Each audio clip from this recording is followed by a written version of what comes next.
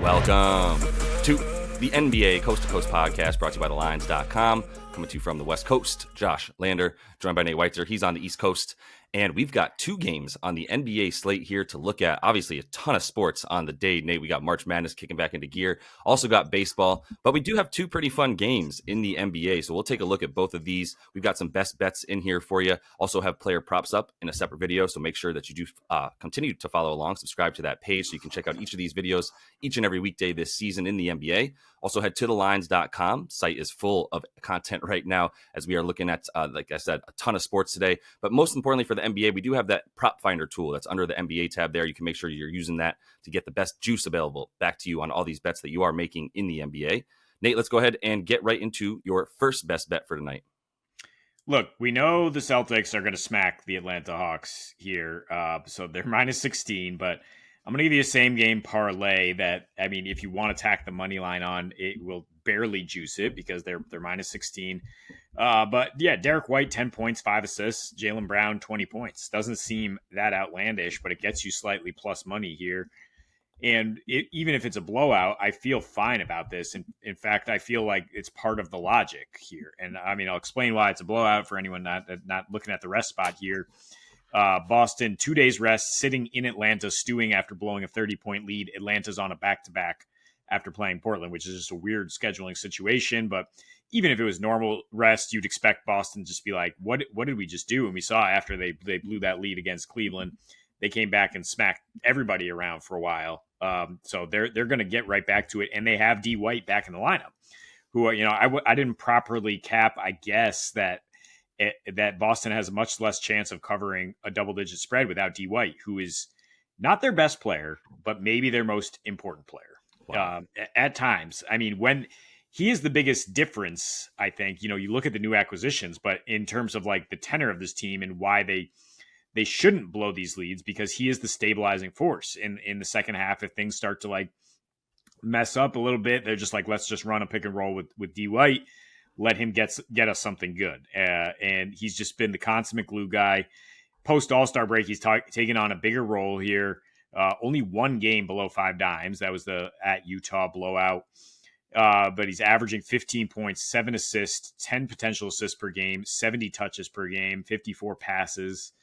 He's averaging 18 and 7 dimes in 10 without Drew, who's still questionable here with the shoulder. I mean, if he plays, he's still not going to have a high usage role.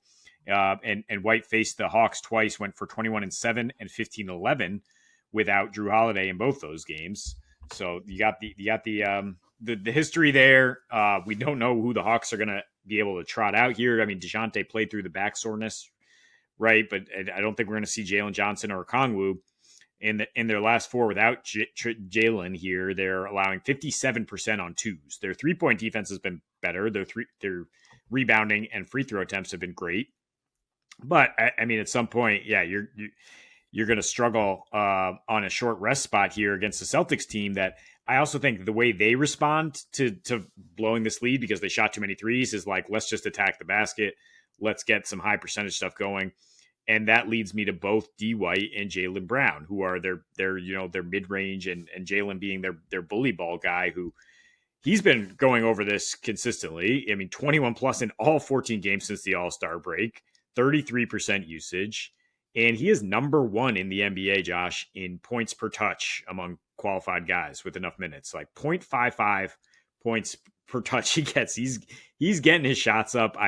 I mentioned on Monday, like I did go with him as the top scorer. Didn't come through because Tatum went off, but he is a Georgia native. He's done very well in Atlanta. 25.5 points per game his last 4 now, and 27 points his last 5 without Drew on 33% usage. So he's going to get his shots up, and he's the guy who tends, you know, when the Celtics need a tone setter, it is usually Jalen coming out strong in the first quarter, etc., and getting buckets.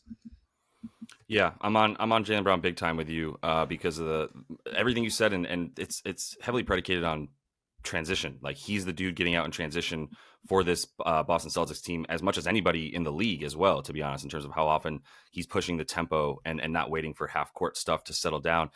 That's not how Jaylen Brown plays. It's in that half court. The Hawks, one of the worst transition defenses in the league. They've been one of the worst defensive field goal percentage, if you will, like in terms of defending the rim and defending down low, they've been awful as well, especially with just Capella in there as like somebody. I guess some Bruno Fernandez has not really worked out on defense. I'll say that for them as their backup center. So without rim protection and all that, yeah, I agree with Jalen being a big spark plug in this one. And Derek White, yeah, I mean Derek White is, might you call him the consummate adult in the room, if you will, because he is the dude that settles down that offense at times. I mean, look, he'll pull it, right? If he's the wingman and the off ball guy, he will pull it and get good shots. But that's great. Like, he's one of the best driving guards in the league. He's become a very good shooter, one of the best defensive guards and players in the league, the best shot blocking guard in the league as well as Derek White. Love that stat about him. So yeah, I mean, two guys that I definitely think will have some success tonight. And I'm going to take the over in that game, 226.5. And I just need the Hawks to get like 104-ish points. And I think we're pretty good on this one, because it would not shock me in the slightest to see the Celtics put up 130, right? In which case we the Hawks just need to play basketball for 4 quarters and we'll get over, as long as they just show up on the court. And they might not even need to score 100. I'm being honest. So we'll see how the Celtics try to react if they do get a massive lead in this one. But when they do get a massive lead, things just keep scoring for them, because guys like Peyton Pritchard and Sam Hauser, who might actually, one of them probably will start today, they'll get more time, right? And so they're actually a much better offensive unit than they are defensive when it comes to their bench. So I'm fine with that. But if you look at the last 5, Boston, I mean, look, last 5, last 10, whatever, best offensive team in the league, only 19th in defensive rating. And that's been against the worst strength of schedule over that course of time. Like, they're playing the bottom of the league. I'm not using that against them. I'm using it to say they aren't trying very hard on defense because they don't have to. And this Hawks game just got away from them for a while. And it was the same concept of like, they just took their foot completely off the gas on D. And that's where the Hawks came back. And then once they got hot and started making shots and shooting like 53% from deep, then there you go. Then Bob's your uncle. And the game's kind of, it's back into an actual game. And now they're the ones with their backs against the wall, where the Celtics. But I think that sort of, maybe that malaise doesn't linger in that sense, in terms of not taking bad teams seriously, because of, like you said, their ears are perked now. They just got beat in a very embarrassing fashion that they definitely didn't expect to happen. And I don't know that I think they're going to come out rearing. Maybe you look at some first half Celtics stuff. They've been covering in the first half, I think, at a higher rate than anybody I actually know at a higher rate than anybody in the league in that first half stuff. So that might actually be a pretty good look for the Celtics as well. If you wanted them in the first half, the spread is about 9.5 and the over under is 116. So like, I find keeping the total to the game, because obviously you get a little bit better than needing like them to score 116 points in both halves, for instance. I don't necessarily know that that's going to be the case, but I think the 116 in the first half is likely. The whole game total, very likely. The only other thing I'll talk about here for these two teams is like the 3-point stuff, because both these teams are shooting a ton of threes. Atlanta has one of the worst defenses in the league, allowing the 4th most 3-pointers made on the season, with a very high percentage to their opponent. And they're also been playing with the 5th best offensive rating and the 7th worst D rating over their last 5 and 10 games, to be honest, with one of the worst defensive field goal percentages at the rim. So the Boston's going to get what they want. What they want is threes and layups, right? Jaylen Brown's going to be getting those layups.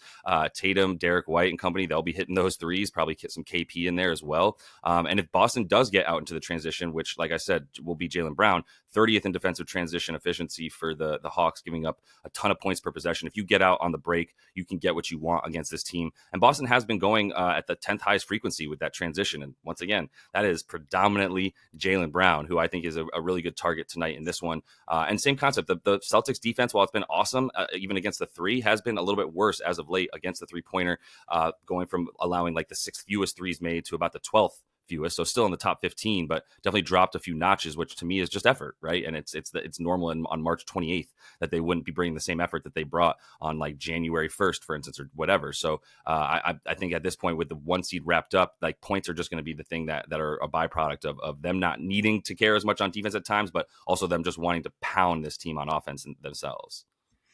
Yeah, I mean, that's definitely the way I lean as well. I mean, let's not be fooled by the Hawks, like their defensive numbers and pace since Trey went down, because a lot of that should be schedule adjusted. Like, they haven't played hardly any teams that want to play fast or want to play high scoring, except maybe Utah twice, which the games did get to 124 for the Hawks there, and then they gave up 136 to the Lakers.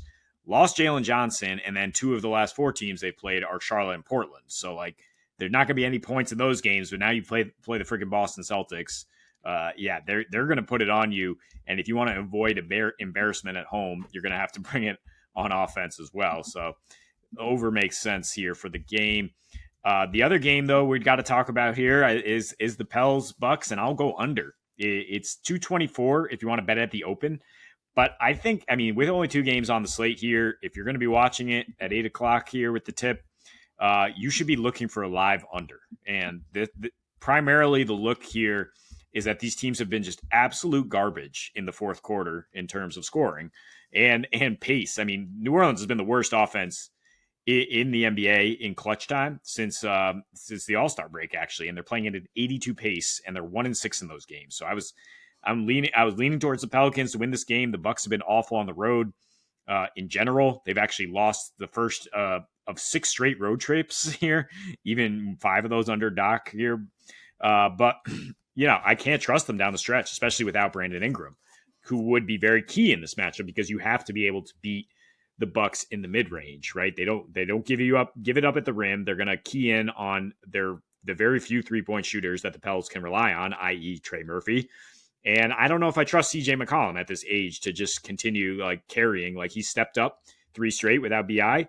It's a little bit of a tougher matchup here with the new look Bucks and the way they've been able to offset Dame's shortcomings, giving him help using other guys at the point of attack. But I mean, the point is like the pace in the fourth quarter, these teams are 82 and 92 pace.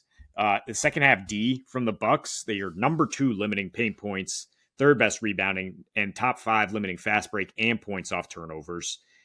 But I mean, their offense is 23rd. So I just think this game will grind down if it does start faster, which it's possible because here's first half stats. Bucks are number 4 offensive rating since the break, 98 pace. Pels are 11th and 100 pace. And so just things are going to slow way down. It's going to be way harder to find buckets. I don't see Zion or Giannis thriving going to the rim against either of these opponents. They both are, you're probably going to say Spider-Man meme because they can both funnel shots away from the rim. And the Pels have trended this way for sure against the East. I mean, they've gone under an 11 of their 13 against Eastern Conference foes, and the Bucks have gone under in general on the road and in general since Doc Rivers came to town because of the way he's adjusted their defense. And I think the Pelicans offense, as we saw with OKC, it's pretty vulnerable. Like they were getting shut down until they made a late comeback there. And if Zion's not like bullying people all the way to the rim, like I don't know if they're going to be scoring that consistently. It's fair. Yeah, it's a bit high for the total here. The only thing that scares me within what you said is that Pat Bev is out, and Pat Bev is that dude who's sort of taken over the point of attack on defense for this Bucks team, and with 22 to 24 minutes usually. So it's not like he's always like getting in there for too much of the game, but that is still enough coming in, at the end of, let's say, middle of the first and playing those sort of bench time points of the game. The total though is 224.5. It got bet down a little bit. I do think that's about where this game is going to end. I think like 224, 225 is like right on, to be honest. So there's not quite as much of an advantage on the total. And I think Pat Bev is worth a couple points the way that he plays and sort of the lack of offense that he also brings at times at this point, especially in his career. But I'm not against the bet here. It's just not quite enough of an edge for me. But if you do, like you said, if you see some points scored in the first half here, which is usually the case, right, then you can probably get a pretty good live under there with the way that these teams, like you said, sort of close out the game playing a lot more defensive minded, which was something I tried to hit against the Lakers in that Bucks game. And my thought process was, the Lakers and the Pellies, or the Lakers and the Bucks score like the most points in the first half. Basically, both of them play at like the fastest paces.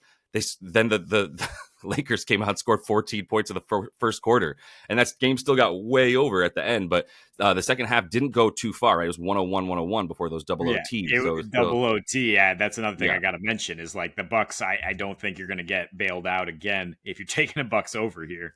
Right.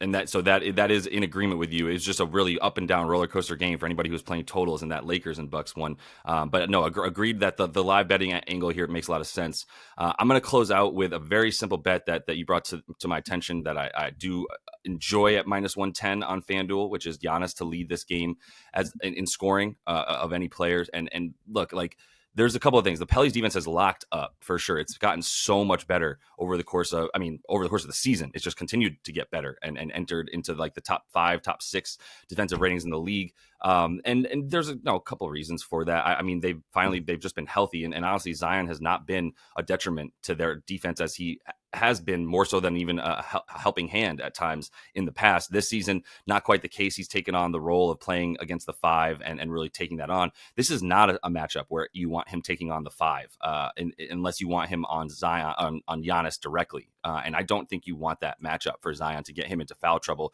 That makes no sense with as he is clearly now point Zion and the best offensive player on this team without even question.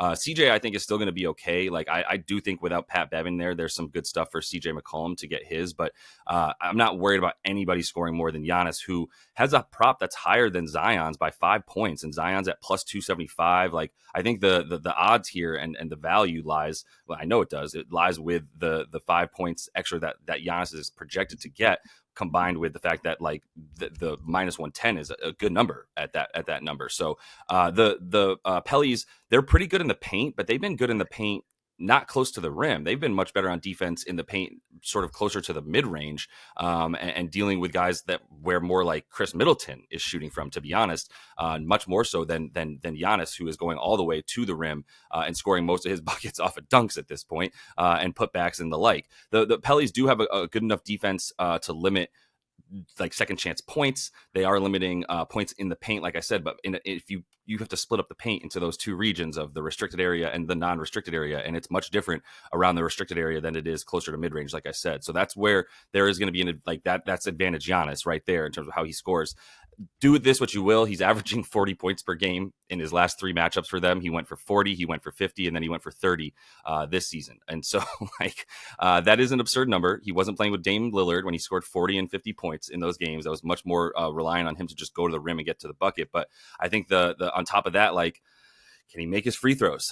If he can make just a handful of free throws, I think we're going to be able to get to this number to like 30 to 32 points tonight. And I do think that the drop defense for this Bucks team is going to be a much bigger problem for for Zion, than any kind of defense that the Pellies are going to throw at Giannis. The Pellies also they are susceptible to fast breaks. If Giannis gets out into the fast break, it's just going to be a dunk fest for him at that point. They are giving up like they're basically 7th worst in terms of their efficiency on defense against the transition are the Pelicans. So fast break points in general, I think they'll be decent. There'll be a decent number of those, but more important than just that, I think Giannis getting out ahead of the half court offense and running at the fastest pace on the team is what he does. So like he'll be the dude getting out in transition for them against a team that's vulnerable. Against that, I don't see any. I see a very, very clear path to Giannis getting, like I said, the 30 to 32, and that being enough for top scorer in the game. Yeah, I mean, if you bet this under -130 all season, you'd be raking in dough. I mean, books don't usually offer such a good line on Giannis being the top scorer. Coming off a loss, usually comes out pretty pissed, looking to set the tone. I will say that 50-point game, the Pelicans had no BI, no Zion, no CJ, no Prayer. It was just like backups and whatnot. But I mean, this is Giannis, and the fact that the Bucks have struggled so much on the road has actually spiked his numbers on the road since the start of February. 34 points per game versus 25 at home, and playing 5 more minutes because he's been like, oh shit, we're giving it up. Like, I got to come out and be more aggressive, and so that's what could be what we see here.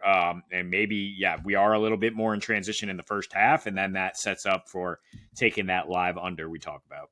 Yeah, for sure. And I mean, I don't think this is a Dame game. I know that Dame had his last time, but the Pellies are like locking up that sort of pick and roll play. They're locking up above the break stuff a lot better than most teams at this point. I mean, they do limit the ball handler to the fewest points per game and are not nearly as good against the roller. So if Giannis is down to be the roll man in that pick and roll with Dame, which he's expressed a lack of interest in, but if he does it at all, he's in a much better position to score than is Dame Lillard. So that is all the time we have for you, though, in Best Bets. Continue to follow follow along. Check out the Play of Props video as well that we have up for you guys each and every weekday.